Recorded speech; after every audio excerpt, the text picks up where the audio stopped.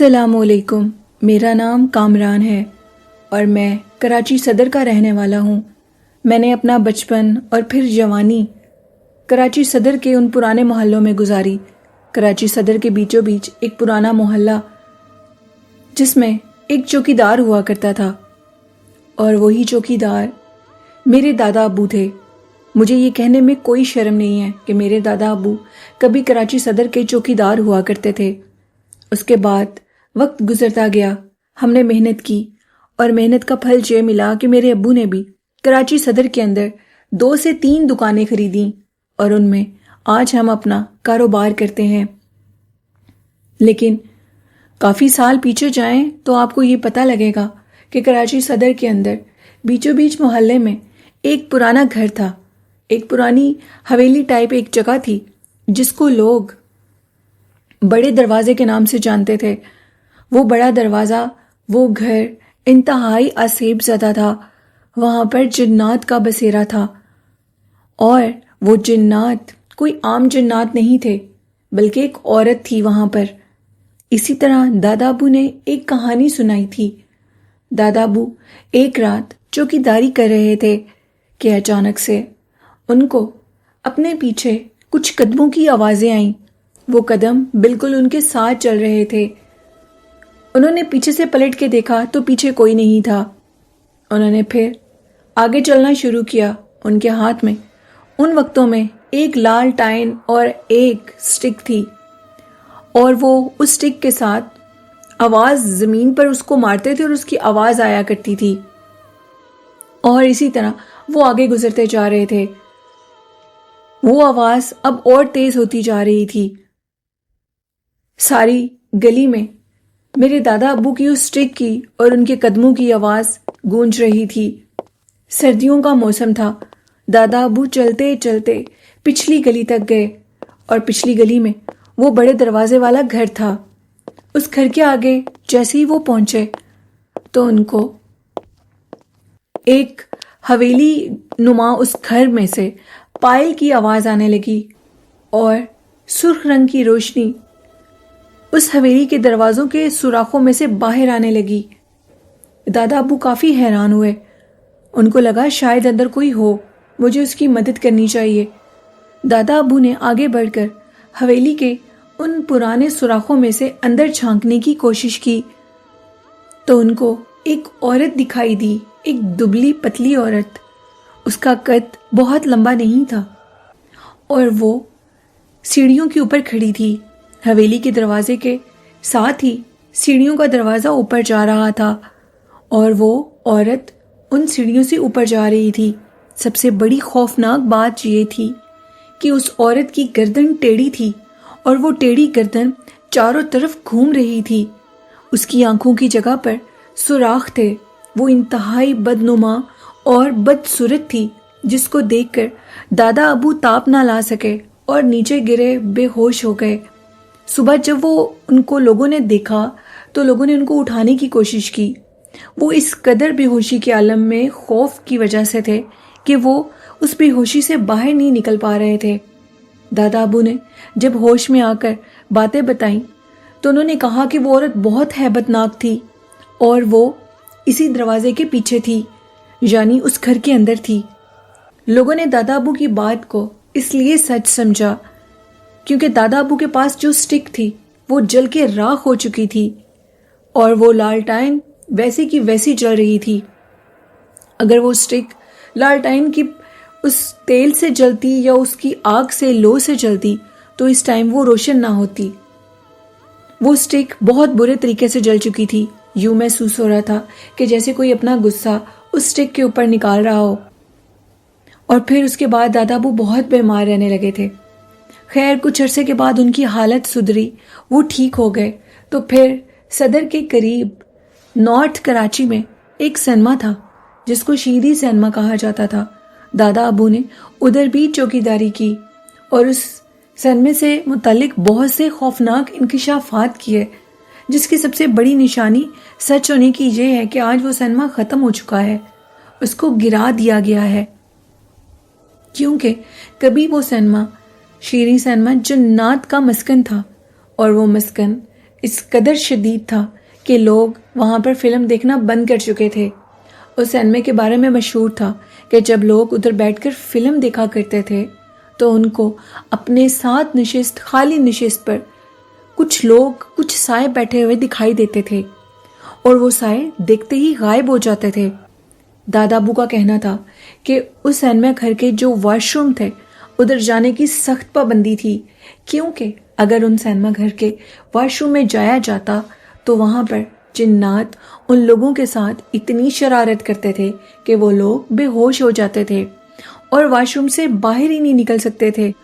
دادا ابو کا کہنا تھا کہ ایک دفعہ وہ رات کے ٹائم کیا دیکھتے ہیں کہ جو سنیما گھر کی بڑی سکرین تھی اس پہ کوئی فلم تو نہیں چل رہی تھی، لیکن سکرین آن تھی، اس کی لائٹ جل رہی تھی اور اس روشنی میں ہم صاف دیکھ سکتے تھے کہ اندر سنیما گھر کے ہال میں کون کون بیٹھا ہے۔ بدقسمتی سے اس دن ہال میں کوئی بھی فلم دیکھنے کے لیے نہیں آیا تھا اور جو ٹائم پر لوگ فلم دیکھتے تھے وہ ٹائم جا چکا تھا، ہال بالکل خالی تھا۔ لیکن دادا ابو نے جیسے ہی غور سے دیکھا تو سیٹس کے اوپر کچھ سائے بیٹھے ہوئے تھے۔ دادا ابو قریب گئے تو یوں محسوس ہو رہا تھا جیسے فیملی کے مکس لوگ ہوتے ہیں، عورتیں، مرد، بچے، ان کے کہکے لگانے کی، ان کی ہنسنے کی، باتیں کرنے کی آوازیں آ رہی تھیں جو کہ دادا ابو کو بہت ڈرا رہی تھیں اور وہ وہاں سے بھاگ گئے۔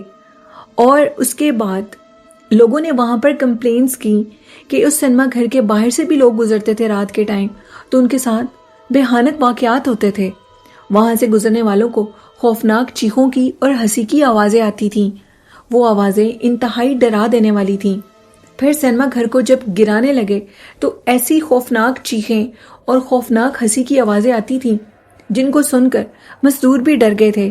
بالآخر شیریں سینما کو گرا دیا گیا اور ہمیشہ کے لیے اس کو ختم کر دیا گیا۔ پھر وقت کے ساتھ ساتھ دادا ابو کی بھی طبیعت ٹھیک نہ رہنے لگی اور پھر ان کا انتقال ہو گیا۔ اسی طرح ایک اور خوفناک کہانی جو میں آپ کو سنانا چاہتا ہوں وہ ایک ٹیکسی ڈرائیور کی ہے اور وہ ہمارے محلے میں ہی رہتا تھا۔ اس کا کہنا تھا کہ صدر کے قریب ایک لال کوٹھی مشہور ہے اور وہ لال کوٹھی اور اس کی حقیقت کیا ہے میں آپ کو آج بتاؤں گا، کیونکہ اس لال کوٹھی کے اندر آج سے کئی سال پہلے ایک نو بیاتہ جوڑا وہاں پر شفٹ ہوا تھا اور وہ اپنی زندگی کو خوشی سے گزارنے کے کئی خواب دیکھ چکے تھے۔ پہلی ہی رات تھی اور وہ اس حویلی کے اندر شفٹ ہوئے۔ شاید ان کو وہ حویلی تحفے میں ملی یا جو بھی تھا۔ صبح جب ان سے جا کر ملنے کی کوشش کی گئی تو نو بیاتہ جوڑا مردہ حالت میں پایا گیا تھا اور سننے میں آیا تھا کہ لڑکی کا کوئی پرانا عاشق تھا جو اس سے بدلہ لینا چاہتا تھا اور اس نے اس لڑکی کو بھی اور اس کے دلہے کو بھی جان سے مار دیا۔ اس دن کے بعد حویلی پرسرار ہو چکی تھی۔ اس لال کوٹھی کے قریب کوئی بھی نہیں جانا چاہتا تھا، جو بھی جاتا تھا اس کو وہ لڑکی دلہن نظر آتی تھی، یہاں تک کہ وہ دلہن مردوں سے اپنا بدلہ لینا چاہتی تھی۔ اسی طرح ہمارے ایک ٹیکسی ڈرائیور کا کہنا تھا جو کہ ہمارے ہی محلے کا رہنے والا تھا کہ وہ رات کے ٹائم اس لال کوٹھی کے پاس سے گزر رہا تھا اور پھر اس نے ایک عجیب چیز دیکھی، ایک سجی سوری دلہن دیکھی رات کے 2 بجے جو کہ لال کوٹھی کے بالکل پاس کھڑی تھی اور لفٹ مانگ رہی تھی۔ اس نے جیسے ہی اس عورت کو دیکھا تو گاڑی روک دی اور کہا بی بی کدھر جانا ہے؟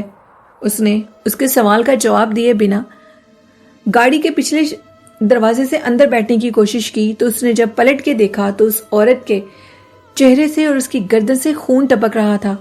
اس نے اس عورت کو دیکھ کر گاڑی کو مزید تیز چلانا شروع کر دیا اور وہ عورت اس کی گاڑی کی سپیڈ سے کئی درجے زیادہ اس کی گاڑی کے بالکل قریب آ گئی، یعنی وہ بہت سپیڈ سے بھاگنے لگی اور اس کی گاڑی کے جو شیشے تھے ان کے اوپر اپنے ناخنوں سے ان کو کھرچنے لگی اور اس کی ناخنوں کی یہ خوفناک آواز تھی۔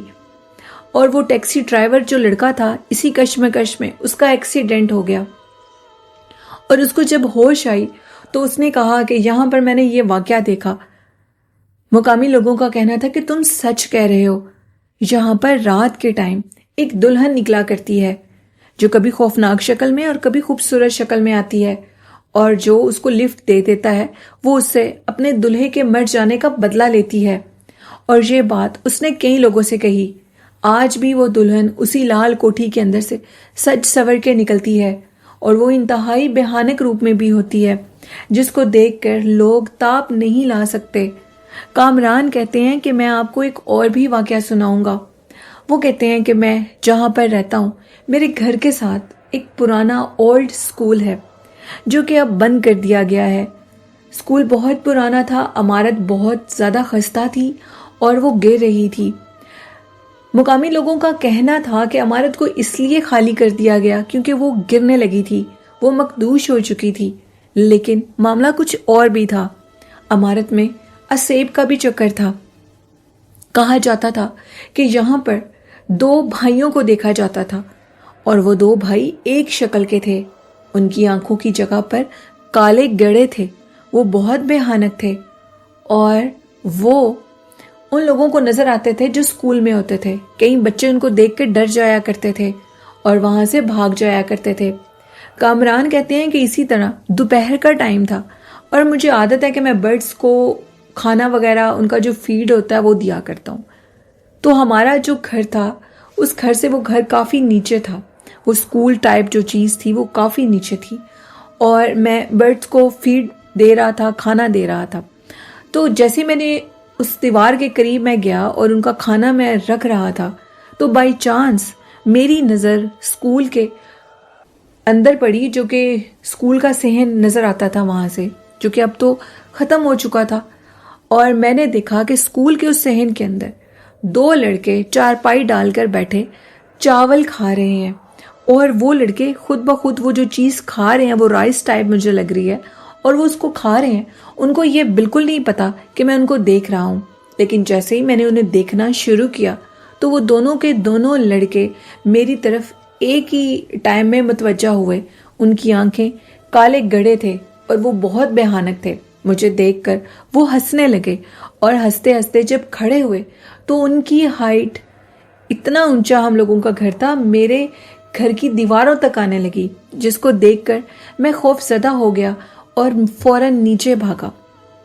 لیکن مجھے اتنا یاد ہے کہ میں نے اس خوف کے عالم میں بھی اپنے چھت کی جو دروازہ تھا اس کو بند کر دیا تھا کہ کہیں وہ مخلوقات میرے گھر والوں کو نقصان نہ دے دیں۔ تو یہ واقعہ بھی پیش آیا، یہ بھی وہ کہتے ہیں کہ ہمارے گھر کے ساتھ والے اسکول کا تھا، اور اس اسکول کے اندر سے رات کے ٹائم رونے کی آوازیں آتی تھی، سسکیوں کی آوازیں آتی تھی، جو بہت اونچی تو نہیں لیکن بہت واضح بھی ہونے والی تھی۔ سسکیوں کی آوازیں، خوفناک آوازیں جو کہ ڈرا دینے والی تھی۔ ہمارا گھر تو بالکل اسکول کے ساتھ تھا، اور جو اس کے روم تھے، 1-2 روم کی جو دیواریں تھیں وہ ہمارے رومز کے ساتھ اٹیچ تھی۔ تو ادھر بھی یوں لگتا تھا کہ جیسے کوئی رات کے ٹائم دیواروں کو توڑ رہا ہو، دیواروں کو برے طریقے سے نوچ رہا ہو، ان کو توڑنا چاہتا ہو اور ہمارے کمرے کے اندر آنا چاہتا ہو۔ لیکن الحمدللہ ہم لوگ مسلمان ہیں، آیت الکرسی، قرآن پاک، نماز، ایسی شیاطین چیزوں کو ہمارے تک نہیں آنے دے سکتی۔ تو یہ ڈرا دینے والی چیزیں ہوتی ہیں، جو کہ وہ مخلوقات کوشش کرتی ہیں کہ ہم ان سے ڈر جائیں، لیکن ایسا پاسبل نہیں ہے۔ جو مسلمان قرآن پاک پڑھتا ہے، درود پاک پڑھتا ہے، اسلام کو بہت اسٹرانگلی فالو کرتا ہے، تو الحمدللہ یہ چیزیں ان کو نقصان نہیں دے سکتی، ان سے بلکہ یہ خود دور بھاگتی ہیں جتنا بھی ڈرا لے ان کو۔ تو یہ کامران کی سٹوریز تھیں جو انہوں نے کراچی صدر سے شیئر کی۔ کامران نے کہا کہ میں اور بھی بہت سے واقعات آپ کے ساتھ شیئر کرنا چاہتا ہوں، جو کہ نیکسٹ ایپیسوڈ میں شیئر کروں گا۔ بہت شکریہ کامران۔ تو لسنرز، اگر جو میرے لسنر کراچی سے مجھے سن رہے ہیں تو ان کو ان واقعات کے متعلق تو ضرور پتہ ہوگا، اور ان جگہوں کے بارے میں اور آپ کیا جانتے ہیں کمنٹ میں ضرور بتائیے گا۔ تو یہ تھے آج کے خوفناک قصے، آپ کو کیسے لگے؟ اسی کے ساتھ اپنی ہوسٹ نیلم کو اجازت دیجیے، اپنا خیال رکھیے گا۔ اللہ حافظ، اللہ نگہبان۔